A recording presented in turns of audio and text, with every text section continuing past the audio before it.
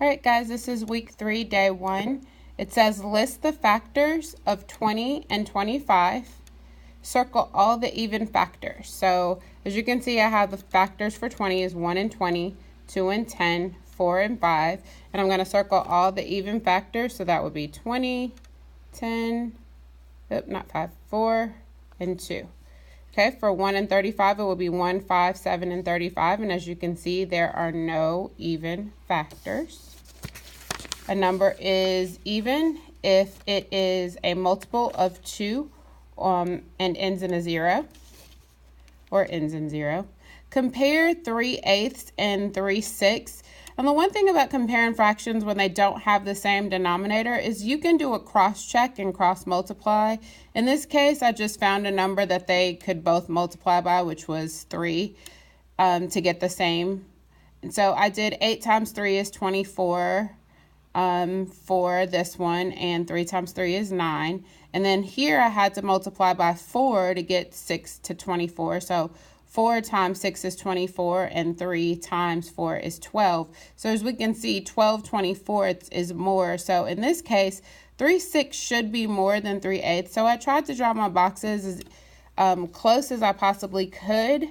But then I also wanted to do a cross check just so I can know not only visually but numerically. So the correct answer is 3/8 is less than 3/6.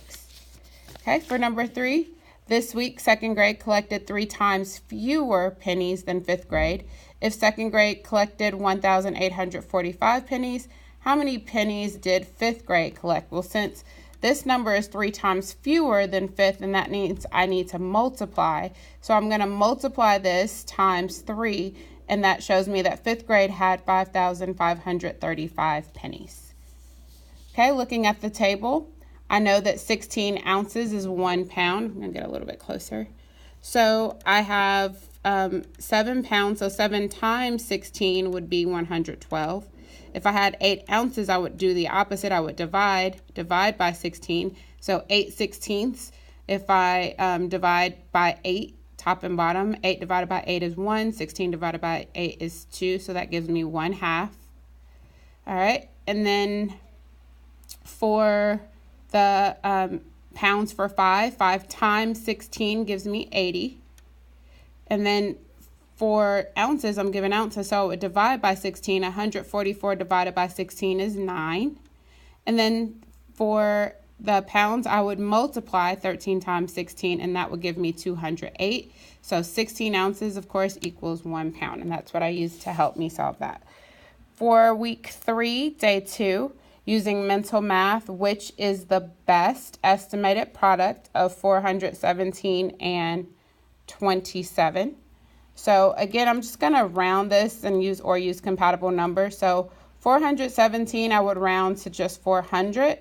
And then 27, I would round to 30. And then I'm just going to think 4 times 3 is 12, but I have 3 zeros between these two numbers. So I'm going to annex those 3 zeros behind 12, and that gives me 12,000. It shows me that if a number will be, a number will be close to the exact numbers that I multiply. So looking over here, I did the algorithm. And so I multiplied 417 by 7, and that gave me 2,919. Then I multiplied 4,117 times 20, and that gave me 8,340. So looking at my answer, I have 11,259. That's very close to 12,000. So yes, it is reasonable.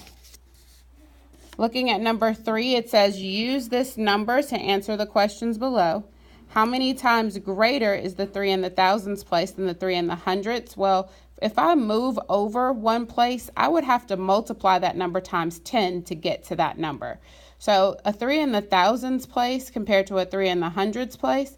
So if I multiplied this times 10, it would make this 3,000. So 300 times 10 is 3,000, right? So I'll just write it so you can see it. 300 times 10 would give me 3,000. Make sense?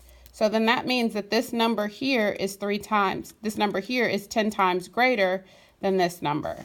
Okay? What about if I had a number that was in the hundredths place over here, And then I move to the ones place. Well, if I make one jump from the hundredths to the tens, that's 1/10.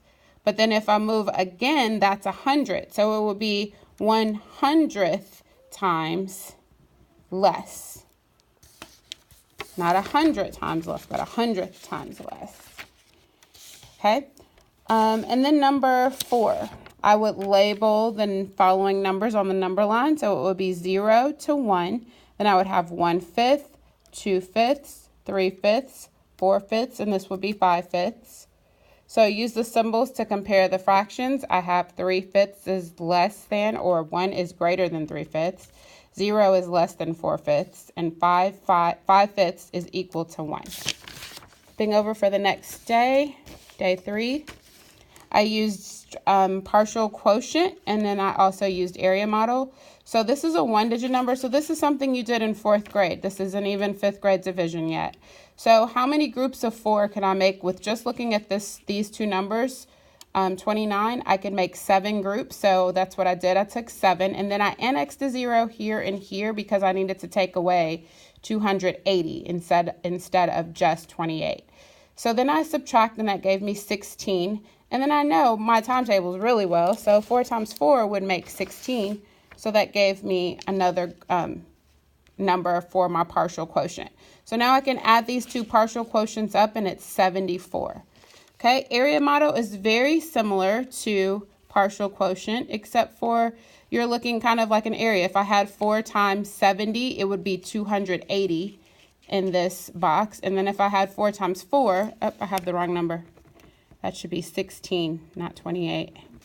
Okay, so it would give me 16. If I were to subtract these two numbers, if I were to subtract 280, that would leave me with 16, which is left here. And then 4 times 4 gives me 16. So there's my area model. Number 2, round the number to the nearest, and then in this case, the tenths. So here's the tenths place, which is a 4. The 6 tells me to push that number up. To the nearest whole, there's a 7, but a 4 here in the tenth, so the 7 stays the same. Tens, rounding to the nearest tens place, there's 0 there. Uh-oh, I thought it was tenths place. See, I made a mistake. So this should be a 0. This should be a 1. And this should be a 0. So this answer should be 4,610. I'm going to cross this one out. There we go. All right, so there's my decimal. A little bit better for y'all to see that. So 4,610 should be my final answer for that rounding. All right, hundreds place, there was a 6 here and a 0 there, so that 6 stays the same. And then thousands place, that's a 5,000. All right, next one. Order the numbers from greatest to least. So if you see, I made a little scratch section over here for me to line up my decimals and make sure that I compared my numbers. I usually always start with the left side instead of the right. So the left side first, this was my largest number. All of these 3s, once I've gotten that number, I write it down. So that's my largest number.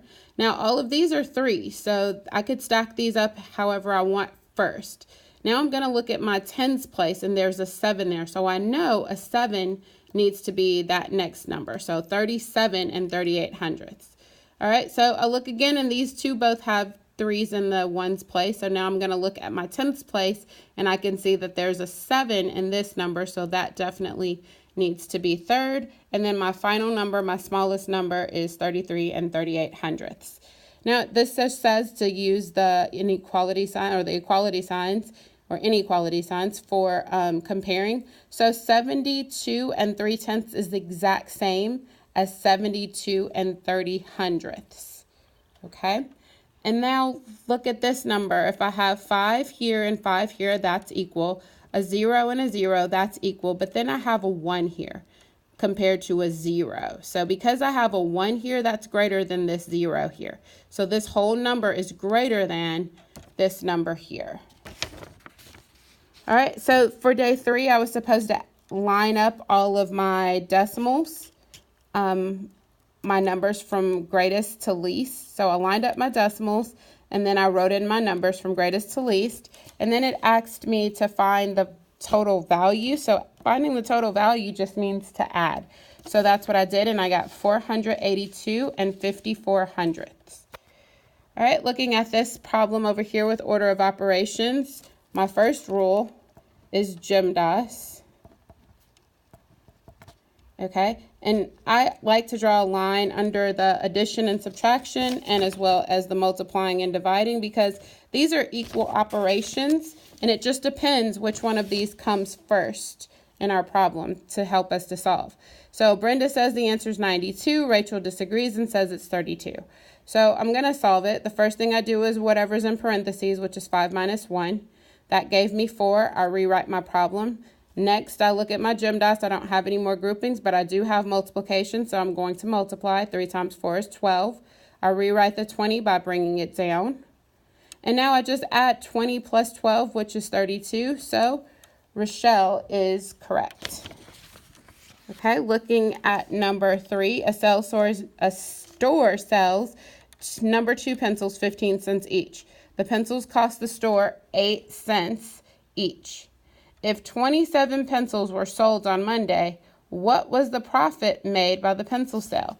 So what I did was I took 27 and I multiplied it times 15 cents. And then I took 27 and I multiplied it by 8 cents. Okay, I took my 15 cents and multiplied because that's how much the store made. But then it asked about a profit. So if it cost me 8 cents each, then I had to multiply that times 27. And I found out that $2.16 had to go to the company that made the pencils, and the school lost $2.16 on that because they had to pay for them, but they made a profit of $1.89. Number 4, Alex can evenly sort all of his trading cards into groups of 4. Circle the number choices below that could represent the number of cards Alex owns. How does knowing the divisibility rule help you to pick the correct answer using mental math? Be ready to explain your thinking in class Friday, okay, which is tomorrow. So let's look. If the last 2 numbers are multiples of 4, then that number is divisible by 4. So looking at A, 16, that's a multiple of 4. So that is divisible. 34 is not a multiple of 4. 42 is not a multiple of 4. 12 is a multiple of 4, so that number is divisible. 26 is not a multiple of 4, but 20 is a multiple of 4. So the 3 answers you should have circled would be A, D, and F. Have a good evening.